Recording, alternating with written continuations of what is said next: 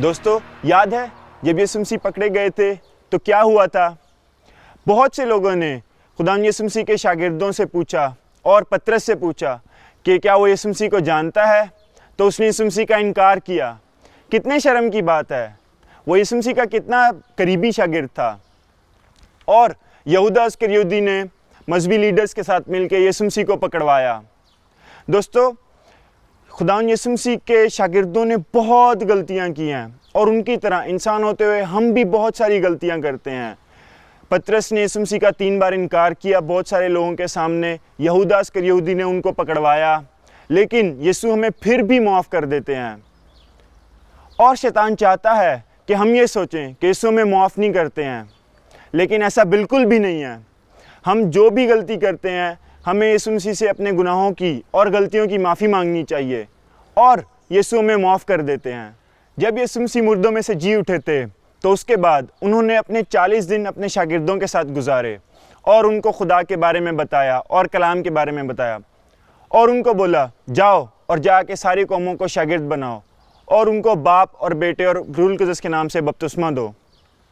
दोस्तों, हम कौन हैं? हम यीशु मसीह के चुने हुए शागिर्द हैं और हमारे कामों से लोगों को पता चलना चाहिए कि हम उसके चुने हुए लोग हैं। हमें उसकी बातों पर अमल करना चाहिए और उसके मुताबिक ज़िंदगी गुजारनी चाहिए, जो कि हमें एक दूसरे से प्यार करना चाहिए, हमें एक दूसरे को माफ़ करना चाहिए। हमारे कामों से लोग जानें कि हम यीशु मसीह के चुने हुए शागिर्द हैं। यीशु ने उनसे कहा, मैंने तुम्हारे साथ रहते हुए तुम लोगों से कहा था, जो कुछ मूसा की शरीयत, सबूर और नबियों की किताबों में मेरे मुतालिक लिखा है, सब का पूरा होना जरूरी है।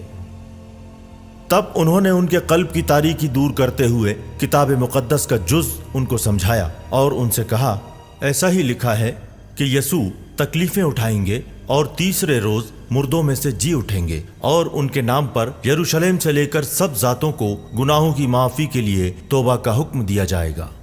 तुम इन सब बातों के शाहिद हो।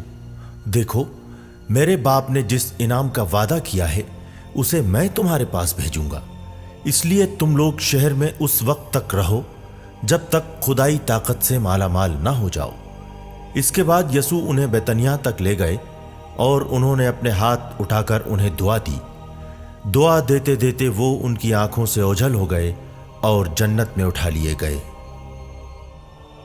इतना कहने के बाद वो देखते ही देखते उठा लिए गए और एक बादल ने उन्हें शागिर्दों की आंखों से ओझल कर दिया। यीशु के जाते वक्त रसूल आसमान की तरफ नजरें जमाए हुए देख रहे थे कि 2 मर्द साफ शफाफ लिबास पहने उनके पास यकायक आ खड़े हुए और बोले, गलील के मर्दों, आप लोग आसमान की जानिब क्यों देख रहे हैं?